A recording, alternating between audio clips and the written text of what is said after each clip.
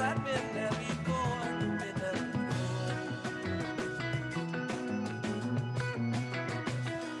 Well, I ain't nothing right, but I've never been wrong. Seldom turns out the way it does in the song.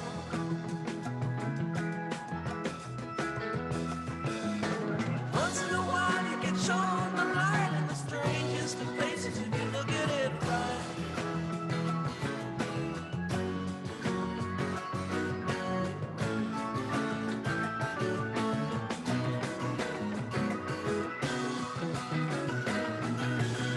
Well, there ain't nothing wrong with the way she moves, or scarlet begonias or a touch of the blue. And there's nothing wrong with the look that's in her eye. I had to learn the hard way to let her pass by, let her pass by.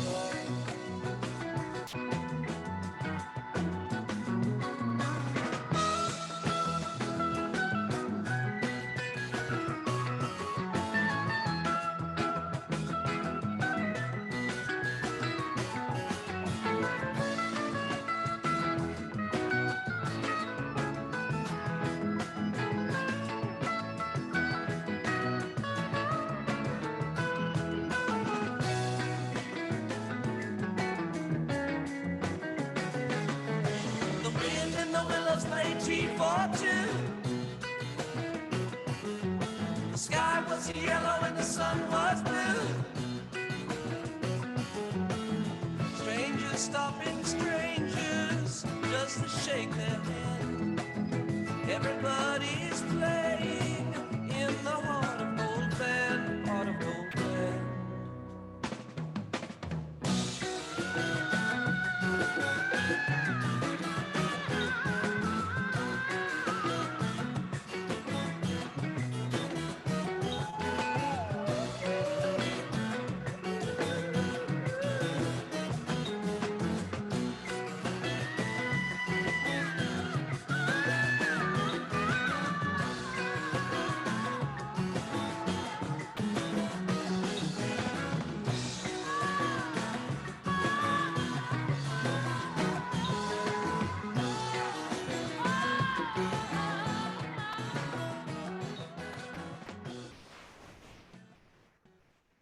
All right. Hello, everyone. Hopefully you enjoyed that opening music here to the webinar. It can be pretty challenging to find opening music that's related to customer identity, and I think to overall achieving a 360-degree view of your customer, but that's exactly what we're going to talk about today.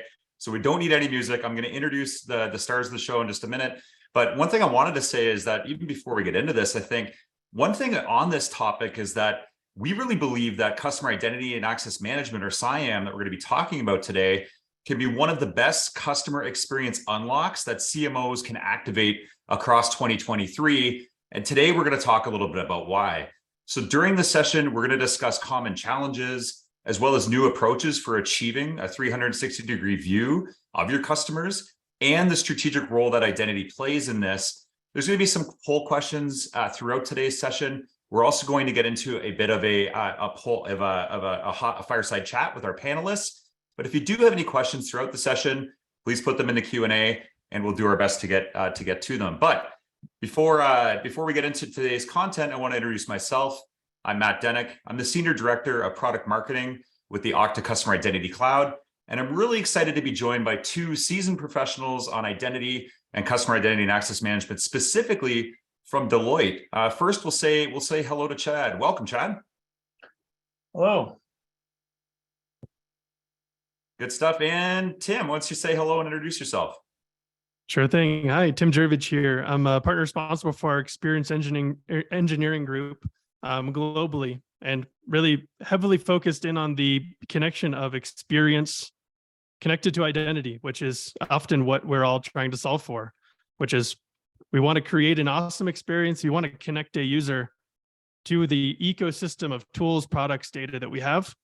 How do we connect that properly? So we'll be talking a lot about that today, and really happy to be chatting with y'all. Yeah, and that's such a great point. I think, the first thing is let's start off with why a 360-degree view of your customer is so important. And I think for marketers, everything starts with the customer, right?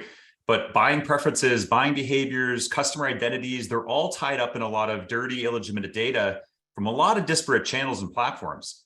And it's not enough that your organization simply has all of this information somewhere.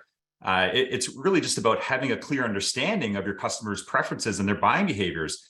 And with that understanding, you're able to drive better acquisition, better customer retention, and overall build really strong customer loyalty with your entire customer base. And gathering insights about consumer preferences and analyzing even visitor behavior is essential for companies that are looking for ways to improve the customer experience as well as gain that competitive edge. What we're starting to see is that privacy regulations continue to apply new restrictions to that data and the ability for us to collect data as marketers, as well how we process that data and store that data comes with new procedures and new tactics. Understanding customers through this data is becoming more and more challenging as a result. Let's look at a couple of reasons why. The first is because the driving force behind all of this, the protecting of customer data and the accuracy of that data, is privacy. And we're becoming more aware of our privacy due to the countless data leaks, security breaches that have been announced over the last few years. As well, regulatory bodies are starting to follow suit with more stringent regulations that are really designed to protect consumer privacy overall. And organizations are going to require the user's explicit permission to share and use that data that's generated from these digital interactions between the company and the consumer. What's happened here is that there's also been a result of the loss of signal, more explicitly, the loss of access to most of that third-party data that we're getting from third-party sites, as it's not consent forward or consent focused. And I know that Deloitte has published a lot of research in this area specifically. Tim, Chad, any additional insight you'd like to share with the audience on signal loss and even cookie decay? I'd say that this is one of the foundational pieces. When you talk 360 view, it's more like you get like a 15% view. 15% is what a lot of marketers are seeing. And one of the biggest reasons, as we see this cookie deprecation and really this large focus on privacy, it's all good things. A lot of what early marketing tactics look like were from the 90s, when we looked at the sharing of cookies, and the consumer demand is really focused on trust. How can we create a trusted connection?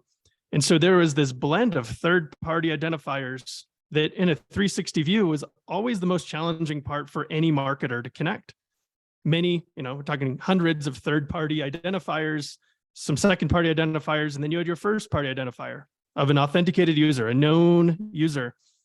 This really created a muddy world for all of us trying to create the best experience for our customers, for our consumers.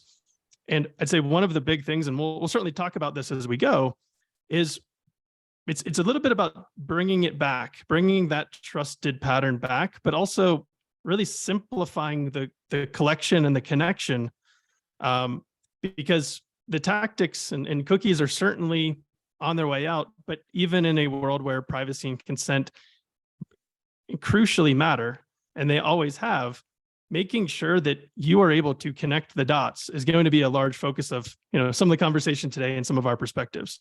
So there's a lot here. That the term signal loss is very real and very relevant to the 360 view, from anonymous to pseudonymous to authenticated. You'll see those trends come up as we talk through that today. Yeah, and I think those are really important points too, Tim, especially when we think about in the context of obtaining consent forward information and data from customers, right? And the consent to use their data as well. I think customers still expect personalization, but there has to be that value exchange, right? Like we need to enable them to provide their consent to use that data to be able to provide that personalization going forward as well.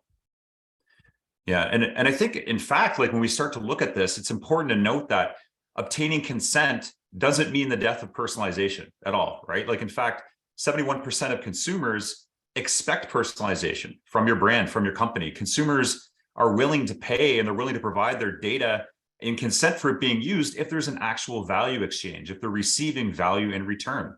That could be more convenience and the ability for us as companies and really business leaders to provide more convenient, helpful, and contextualized interactions as part of that value exchange.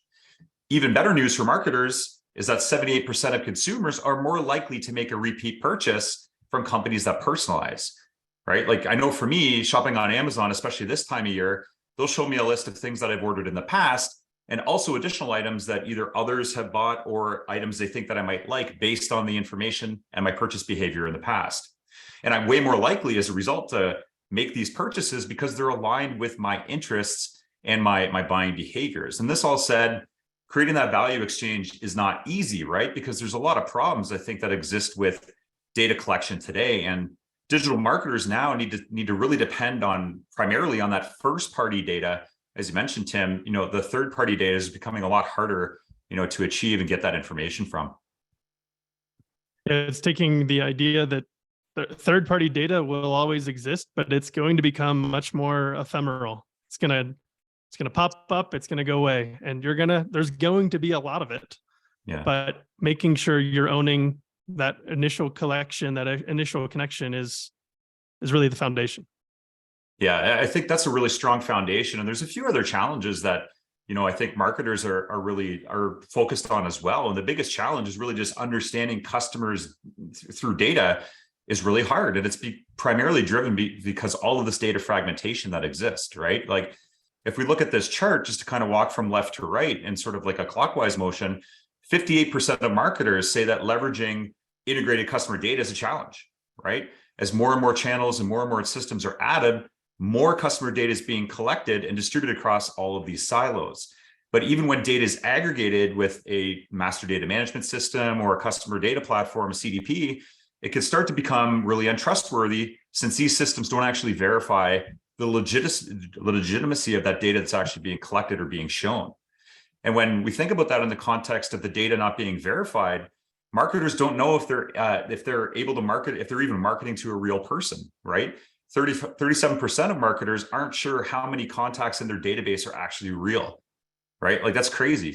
Almost, like more than a fourth of all of your customers are not even real in your database, which is amazing. And they also don't know if this data is up to date. That's the other element is now that you have the data, we also need to keep that up to date, right? All of this bad data as a result leads to really poor decision-making that can result in wasted marketing spend and other operational inefficiencies too. There could also be some security deficits that get introduced as a result of this. And if we think back to the privacy element of this as well, when data is aggregated across multiple silos, more than often, it's missing that proper consent from the customer to actually use that in marketing activities and personalization activities. And 1 in 5 marketers cite privacy compliance as their main challenge or main concern. But as we kind of talked about, like the challenge is not that there's a lack of data, right? I think the problem is that we have too much data and that it's not being organized in such a way that we can get value from it. And organizations have an overwhelming amount of this data that's siloed across multiple marketing tools, data management platforms, CRMs, call centers, DMPs, et cetera. And the challenge is turning all of this data into actionable insight, right? And it's actually gathering that data in a consent forward way. And that's how you end up building a 360-degree view of your customer. Yeah, I think, Matt, when you look at all that data, across all these different, channels, that is predominantly where we see actually these CIAM platforms coming in. We certainly see that as the view or the glue that ties the Mark Smith to Mark W. Smith or, Marcus Smith, though that may be the same identity across, the website, the CRM system, or even the call center. But without having that direct correlation, or at least a validated set of data, it becomes probabilistic. And so now your personalization is not nearly as confident. So you may be personalizing something for someone completely different. So we start looking at things, where could we actually utilize what we call authenticated or validated data during a person's visit? So that visit coming in, whether or not that's the first time or the 50th time, what is the experience going to look like? And do I use that authenticated data? And then we use platforms within the CIAM solutions related to progressive profiling to keep that data up to date. So all of us have experienced it in some manner along the way in our daily lives. When you log into your banking account, it'll ask you, hey, is your phone number correct still? right? That's a progressive profiling action that will validate, hey, is the data we have about you correct still? And by utilizing that first party data and the identity systems, we then now can connect all these different dots and make the experience for the end user trusted and a seamless experience. Yeah, and I think you hit on something there too, Chad, just with regards to progressive profiling. Like, I think of your experience when you go to a website and the first thing that you see is a cookie pop-up, right? It's like, hey, would you like to accept all cookies? Right. And before you're able to advance it, it takes up 3/4 of the page. The first thing that you do is reject all cookies, right? And so a nice thing about progressive profiling specifically is because with that website and the cookie example, you have no trust that's built with that provider or that website immediately.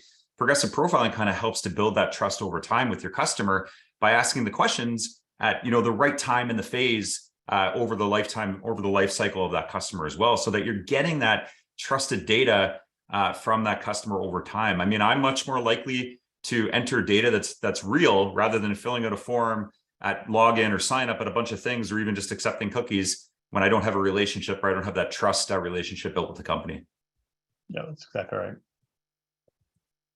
Yeah, one of the things I want to touch on too is just the challenge with gathering all of this data, right? I think like if you look at this from the perspective of even just insights about customer preferences, right? Like being able to gather all of this is essential for companies that are looking for ways to improve their experience and gain a competitive advantage. Like that makes sense. But according to Gartner, by 2026, 80% of organizations that are now pursuing these 360-degree views of their customers are going to abandon it because it doesn't adhere to data privacy regulations. And that's such a critical part, is like, we need to think about how we're collecting this data, not only in a consent forward way, but also in a way that conforms to privacy regulations as well.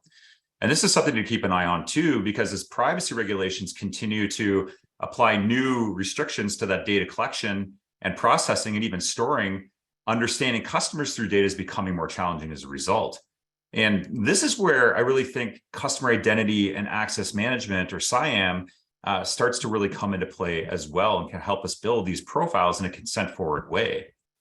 And it is one of those pieces, and sorry to jump in, yeah, no, but I think it is one of those critical pieces. We see that 80%, in real time. We see a number of programs saying we want 360-degree views, but the conversation in many cases is there were maybe 50% of the data that was being collected was never really used. Nobody really didn't know what to do with it anyways, because it could never be tied back to a living, breathing person. It was just a data point that looked good on a KPI chart that we had a bunch of data, but it did not help pursue, connect that relationship with the end user. So I think it is one of those pieces when we look at this, just optically and across the board. I think one of the big guidance areas that we just share is, it is a journey, just like everything else we do technology wise, but especially critical here is, as we'll talk through, the foundational identity, the foundational connection is really what's going to drive what is the most valuable things to collect, because it is very different today than it was 3 years ago, even a year ago. It's changing that fast. So getting the root of the identity is always going to be the foundational bit that must be solved.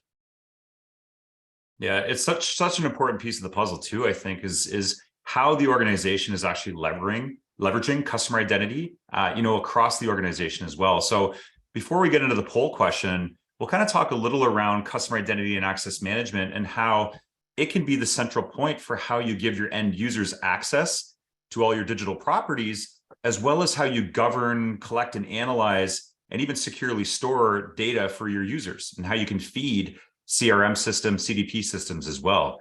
And from the end user's perspective, customer identity and access management is how they access the digital world, right? It's really the portal. When you think about the humble or the simple login box, it is really the portal for how you access all of your services. Think about how many applications you touch from a day-to-day, from the moment you wake up to the moment you go to bed. Music applications, banking applications, travel applications. There's so many things where this data and your authentication is constantly being collected and constantly being authenticated as well. And this is anywhere from, you could be jumping on a Zoom call like you are right now, or accessing financial services as well. But this also, CIAM, customer identity and access management, also provides you with the means to collect this accurate and consent forward information about your customers across their login and across their customer journey with your brand. And if you're able to do that, you can also use it to leverage and deliver value and that value exchange as well. So with that, before, I don't know, Chad, Tim, if you have any thoughts on that as well, before we jump into our poll question. Yeah, I think what's interesting is even the screenshots you have up on here, like Headspace and so forth. This is the actual first impression that a customer has of an organization.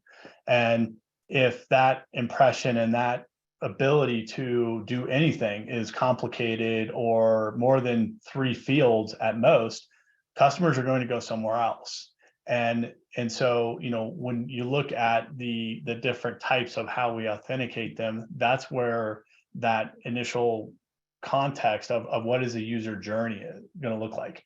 And so way that a lot of times how we approach this is what is going to be the desired full user journey from start to finish. And we know we how to authenticate people. There's going to be ways to do it, but we want to design in the actual act of authentication or registration or authorization, for that matter, into the journey itself, so that it's not so intrusive. It's the right friction at the right time. It's bringing up the right set of forms. It's capturing the right data, as Tim mentioned, right? What data do we capture that's going to be useful, right? In the CIAM platform, we want to capture things that are related to how do I validate the user and authenticate them from a risk point of view and establish a session. Whereas then we integrate with the CDPs, the MDMs, to be able to go, this is Chad, he is going to be this person in that system. And oh, by the way, he's on a mobile device right now. He's connecting via from Colorado. He's, those are all the things that would be passed into the MDM or the CDP to then personalize that experience. Yeah, I think about the friction introduced in when this is not done well, right? When the implementation of CIAM is not done well, if you think about all the friction, especially at account sign up that it introduces, right? For all those reasons you mentioned, if I am visiting, new application and I'm really excited to sign up with that application, and all of a sudden at account creation, I'm presented with a number of fields that I have to fill out, like very quickly, my excitement and my attention just starts to wane. I usually end up abandoning that entire experience. The other side of the coin is when companies do this really well, when they implement things like social sign in and account creation using social login as well, where I can use my existing Google account or I can use my existing Facebook account and very quickly create a new account with a provider leveraging that IDP. That makes that experience so much easier because I don't have to fill out all of these individual forms. I don't have to remember or add a new password. It just resolves to my identity provider. And that can end up being a competitive differentiator for you as a brand for your customers. The flip side of that too, is I think everyone on the call probably has an example of like a terrible login experience or a terrible account creation experience, right? And I think one for mine personally is one of my favorite coffee shops where the application had actually done an update overnight, and now it was actually prompting me for my password. Unbeknownst to me, I visit the coffee shop, I order my coffee, and I'm going to top up my card, and it's asking me for my password. And I'm standing at cash, like having to go through the password reset process, which was taking a lot of time. And you've got the barista kind of saying, all right, Matt, just move on. And there's people behind me, angry customers, just saying like, I'd love to order my coffee if you could just like pay for yours. But this is the experience I think that people end up remembering that can end up negatively affecting your brand, that you as a brand, if you don't have insight into that workflow with a customer, again, that visibility you would really lose overall as well. Yeah, and even expanding it not only to what you just described, which is a real world experience, but also what about the other channels? What about a call center, right? They're usually a completely different entity. They usually have a completely different set of user credentials and databases and so forth. So on your digital transformation side, you're entering a user ID, password, one-time token, or your biometrics, where then also now in the call center, please give me your last 4 of your social security number or your date of birth. So well, how is that secure, right? And so we want to marry those experiences up and provide that best experience for our end customers. And I think you hit on the operational costs of this as well, right? With call centers when not done well. And there was research recently done where 40% of all calls to call centers are authentication related. Yeah. Password resets, account lockouts, I can't get in, I need to reset my password. like not only does that affect the customer's experience, they're also not able to transact with your brand either. So it's affecting you on both sides, the customer experience and potential sales or potential, interactions with your brand as well. Cool. All right. Now I think it's time. We'd love to open up a poll here, and I'd love to give you, love to hear from the group really here. We'd like to learn a bit more about the business functions that the audience here is primarily associated CIAM with, customer identity and access management. For example, who typically owns these activities within your organization? Is it the compliance and privacy department? Is it the security or IT department? Is it the customer experience or marketing department? Maybe the application development and engineering department? Is it all of these organizations, or maybe you don't know? We'd love to hear. We'll give folks a little bit of time here to answer the question.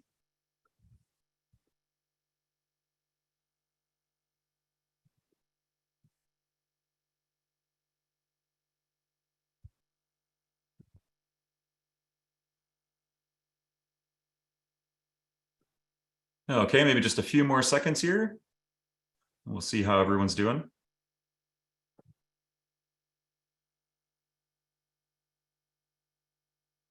All right, team, if we want to close the poll down here, we'll look at some of the results. Very interesting. So it's really split here, it looks like, between the customer experience and marketing team, about 30% of the folks on the call, and another third answered all of the above. So nearly 2/3 of folks on the call say it's some level of customer experience or marketing that actually owns the CIAM portion or activities in the business. Are those results surprising at all, Tim, Chad? Actually, no, not surprising one bit. One of the challenges that we have in the CIAM space is the legitimate owner of who owns the budget and the controls and the experience of the CIAM platform. Is that going to be the marketing team? Sometimes. Is that the digital team? Sometimes. Is the products? Maybe. Cyber is definitely involved with all those different components. So typically when we look at who is actually the buyers within an organization related to our CIAM services, it's almost like whoever has the latest project that needs to go and implement something to do that's in that digital transformation, they're the ones that then have to go and ask for the budget. Now, ultimately, from an operations point of view, policy and everything, those are usually pushed by the security CISO teams to make sure that we're following the right security controls, experience, and the friction and the actual privacy controls. But then the app development and the actual marketing teams, they're looking at it solely from an experience point of view, and how do they get account acquisitions and make their experiences the best. I'd say, and I think I loved all the answers. I think one of the big things that it's how this team may look at where does CIAM fit, but I think one of the big question marks in many organizations is we have a lot of vendors. We have a lot of people doing our ad buying, our tag management. That becomes one of the single biggest challenges. Just like we have third-party cookies, we have third parties literally owning parts of our relationship with our clients. And I think that's one of the pieces that, vendors building products or applications alongside of your customer experience marketing teams, that's when it becomes really challenging. So we'll definitely share some thoughts as we get further along, but the governance of CIAM, owning it is one thing. Governance and holding it true is always one of the big struggles, but important as we talk through this today.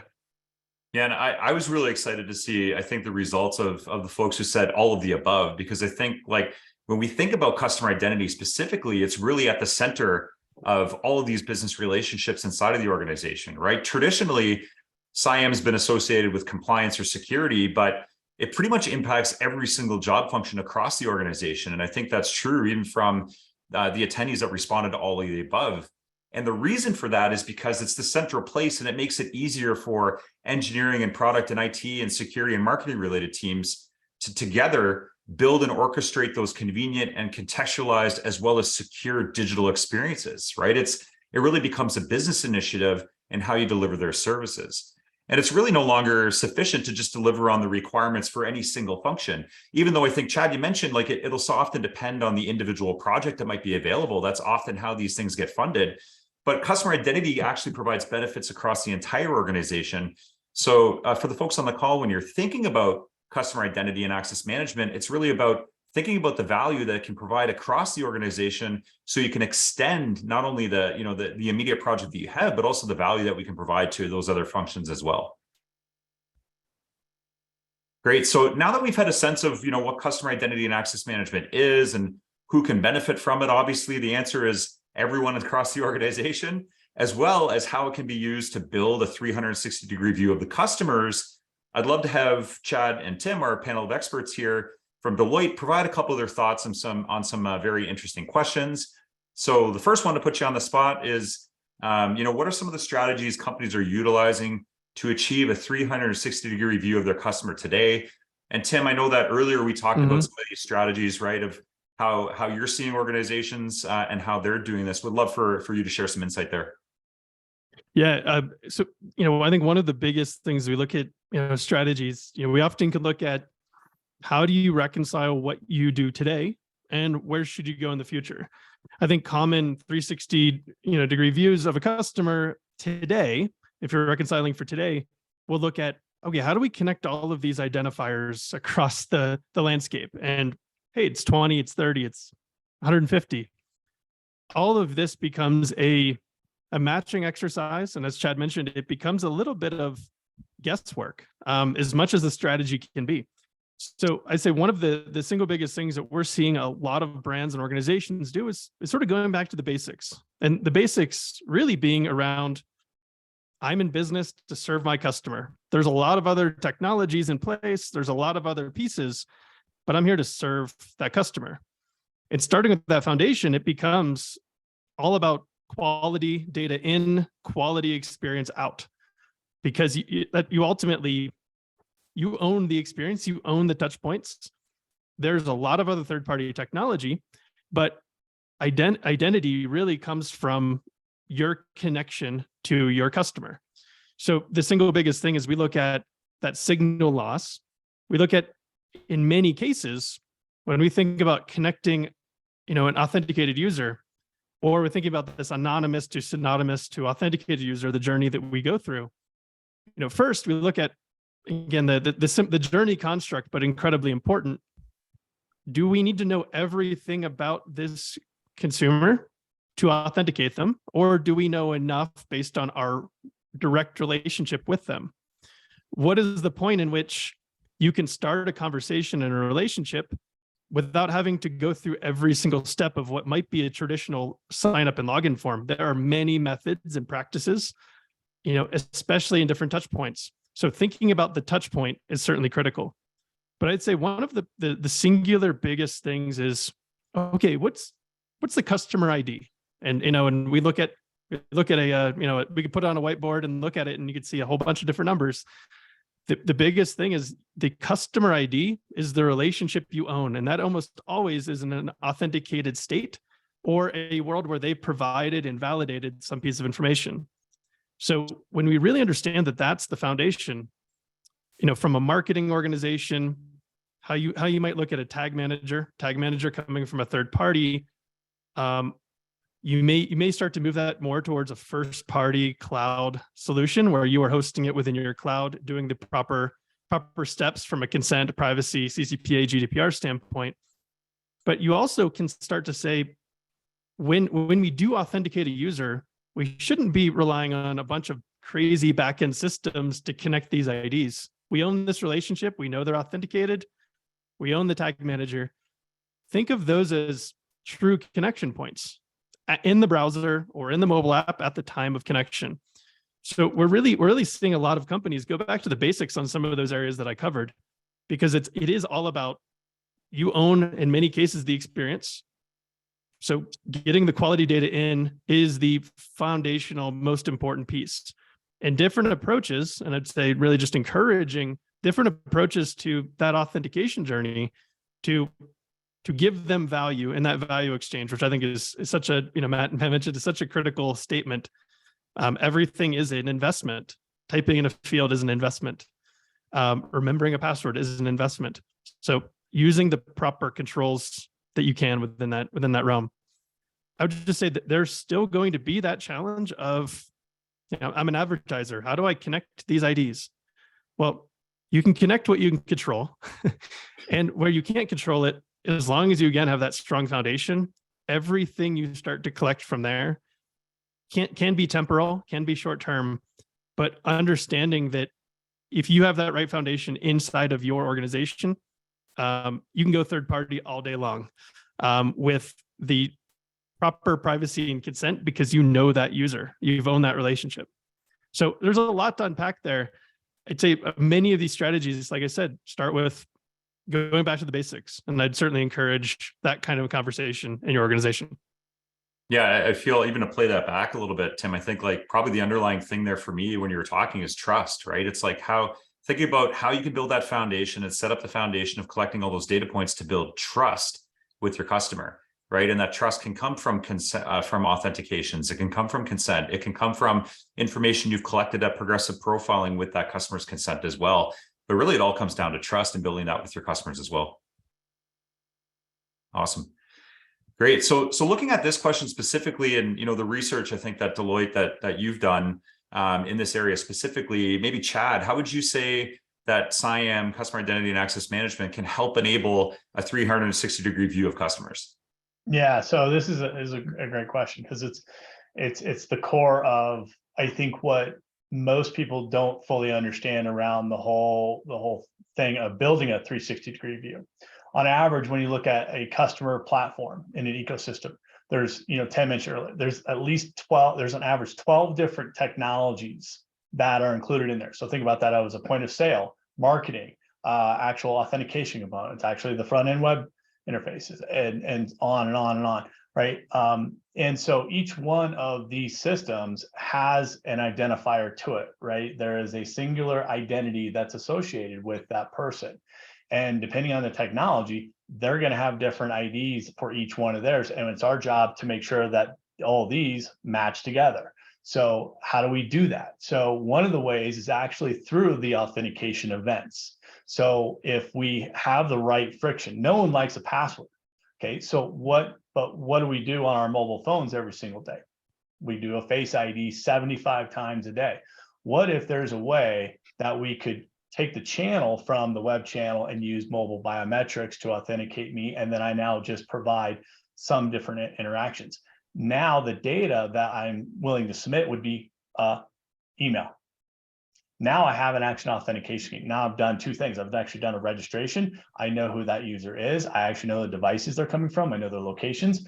I know all these different components, and the experience from an end user point of view is, well, I just did a biometrics, authentication.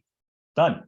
So moving away and understanding the friction that's involved with your different authentication schemes is a key thing as well, related to building this 360-degree view. The better experience you have, the more willing customers are going to give you more data. They're going to be more willing to come and buy. They're going to be willing to do that. Matt, your experience at the coffee shop is a perfect example. If they would have had biometric authentication there versus UID password, there wouldn't have been a problem, right? Your experience would have been all the way through.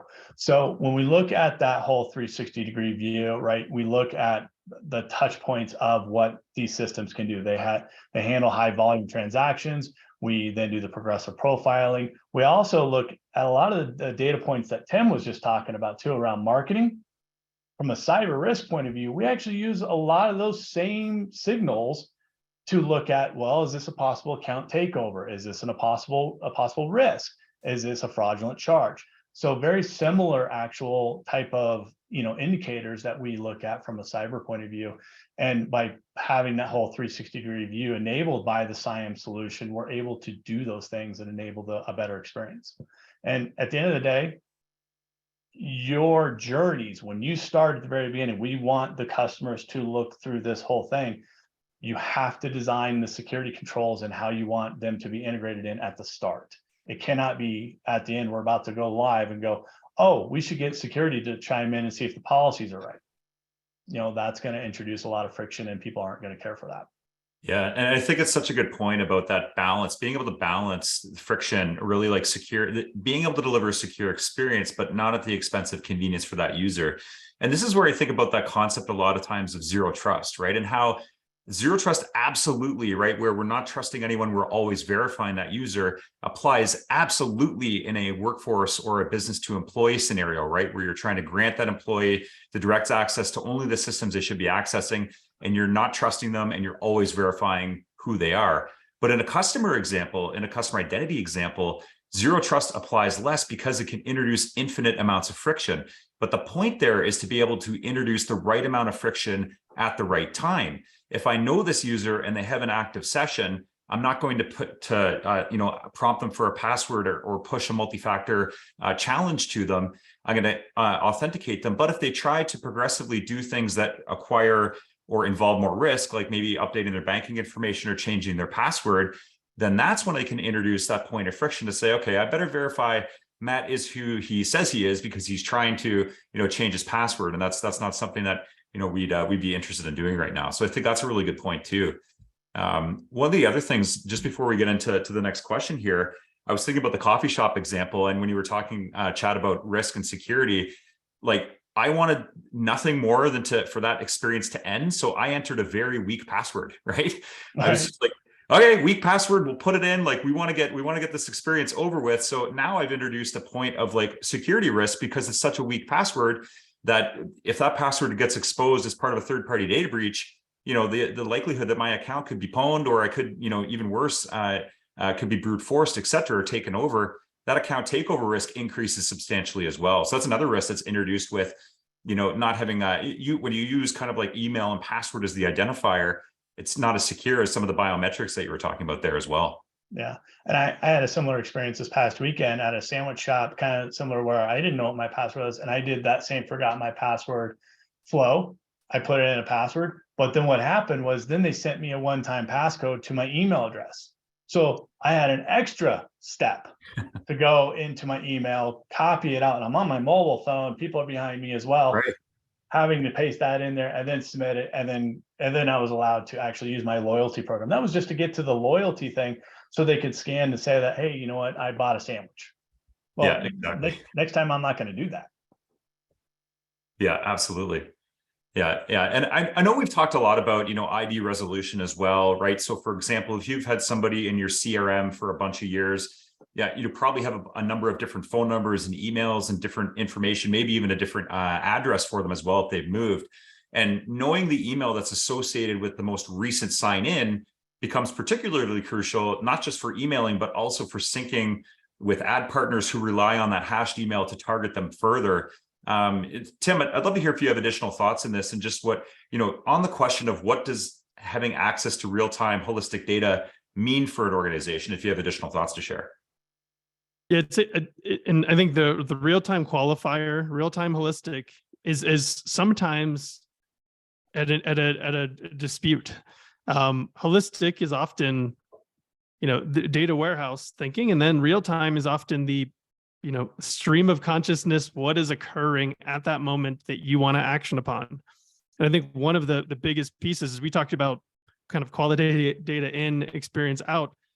One of the biggest things of this real-time holistic experience is, in many cases, knowing everything, knowing, the sandwich that, that Chad bought 3 weeks ago doesn't really help. And, for me to target him, but for me to know that he comes every Tuesday, or, hey, the past 3 times he's come on a Tuesday for lunch. All right, maybe next time he comes, we see that in real time, but next time we see that, let's give him a coupon. Let's try to upsell him. This is in a very industrious sandwich shop that we're talking about here too. I think one of the biggest pieces is the real-time decision often comes from, understanding what offers, what suggestions, what recommendations, what personalization will you do beforehand. So we often look at these as signals. Signals is often based on frequency or based on an action that they take.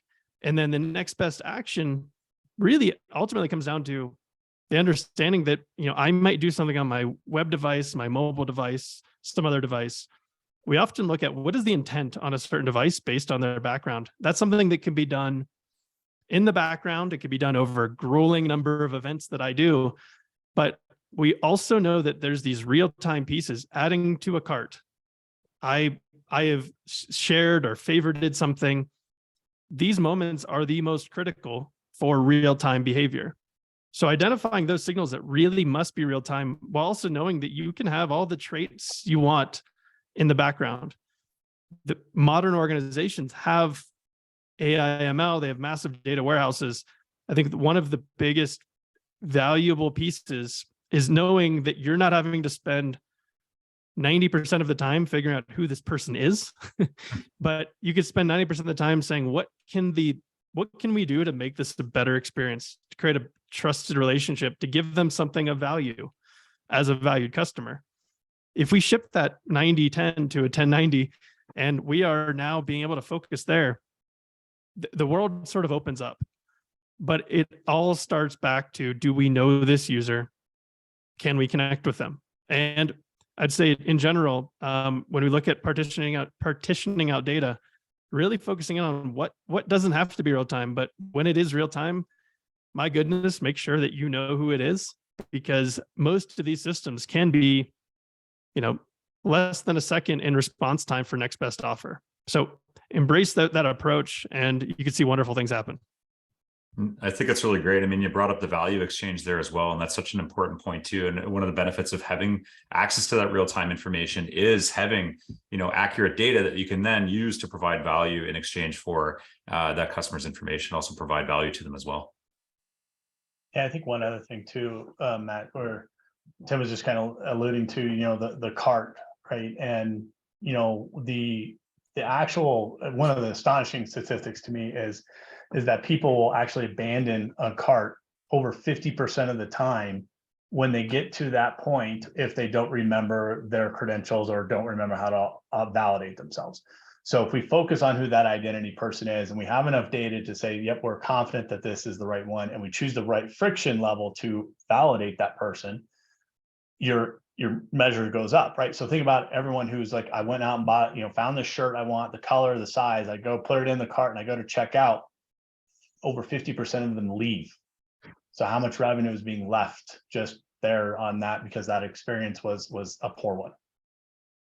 Yeah, and a lot of companies, once that item is actually in the shopping cart, it gets taken out of inventory as well. We were working with a large retailer recently where they were citing one of the biggest challenges that they have is something called sneaker bots, right? So you can imagine for an athletic shoe company, when they have a new sneaker drop, a new shoe that hits the market, they have these bots that go in and create puppet accounts, load up the shopping carts, which actually takes that out of inventory. So when a legitimate customer comes in and goes to buy those shoes, they're out of stock, they're out of sale, because they're sitting, as you said, like in a shopping cart somewhere. And that was a big problem for this retailer, because not only does it create a negative experience for the customer, they also lose out on that transaction or that sale, because the customer is going to go somewhere else to buy those shoes. Right. So it's a really good point. Yeah. Well, that's great. Well, one of the things I wanted to touch on, and this will be kind of our last question before we get into any of the questions from the attendees here, but we've been talking a lot about, privacy and consent and personalization, and thinking about practical ways to collect PII, right, in a consent forward and non-invasive way, social logins, progressive profiling that we've kind of mentioned as well. But being able to provide proof that data is going to be safeguarded, for example, the experience influences trust, and there's that trust relationship again. But Chad, on this question specifically, how do you think about CIAM and how it can enable organizations to continue to personalize in this privacy forward era? What would you share on the topic? Yeah. I think the biggest thing is that, as Tim alluded to, it's going back to some of the basics. And the first thing to do is first to understand what privacy regulations and policies do you need to have in place today. Okay, so that's first. And you need to then actually look at the approach around what data are we capturing and apply those privacy regulations and policies to that model. The second thing is then if once you know that you have all the right people are connected in all the different systems, now we can take those privacy, recommendations and those actual consent components, and we can make sure that all the systems know they're all the same. So we can actually enforce that data quality across them. So I mean, how much of us are get frustrated when we unsubscribe from an email list, and 3 weeks later you're still getting that email list. Well, that is part of that preference management that's not synchronized in real time, but they certainly will sign you up immediately, right? But then, so the second piece is then you got to trust your first party data, right? You have all of that relationship with the actual customer themselves. You know the authentication components, you know who they are, you validate them, you know their devices. And as long as you've developed and honed into the identity is that single person, then it becomes much easier to personalize something in a privacy driven world, because now you have all that first party data. You know what you can collect, you know what their buying habits are, all the different metadata that's about them, and then you can move forward with that first party data. Now, let's say you don't have that first party data. Maybe you rely more on the third party side right now. There are data clean rooms that marketing organizations are utilizing and making available for you to consume, and vice versa. But here's the thing, is that that's all encrypted data, and it's all consolidated or aggregated into different types of users. So there's not a real one-to-one relationship of that personalization that's going to occur. But as long as you have that identity and you have that real understanding of who that person is with that relationship at the very beginning, you could then augment some of those third-party data components to even further personalize it, so it even gets better. So you got to make sure at the starting point, it's all about understanding policies, regulations, and then your relationship with your identities. Yeah, that's such a great point too. I think we need to, for the folks who might be on the call internationally, we need to think about our local regulations as well, and how that applies into how we treat that data, how we store that data, even data at rest and at transit as well. So it's a really good point. Well, great. So just before we open up the call to questions, I want to say that on behalf of Tim and Chad from Deloitte, as well as myself, I'd like to thank you for attending today's session. I feel like now you should have a better understanding of how customer identity and access management can provide one of the best customer experience unlocks that marketing folks, chief marketing officers specifically, and their teams can activate in 2023. And with that, we'll open it up to questions. Chad and Tim and I will hang around for a few more minutes here before we close out the sessions for any questions that folks have. But I want to thank everyone for attending today.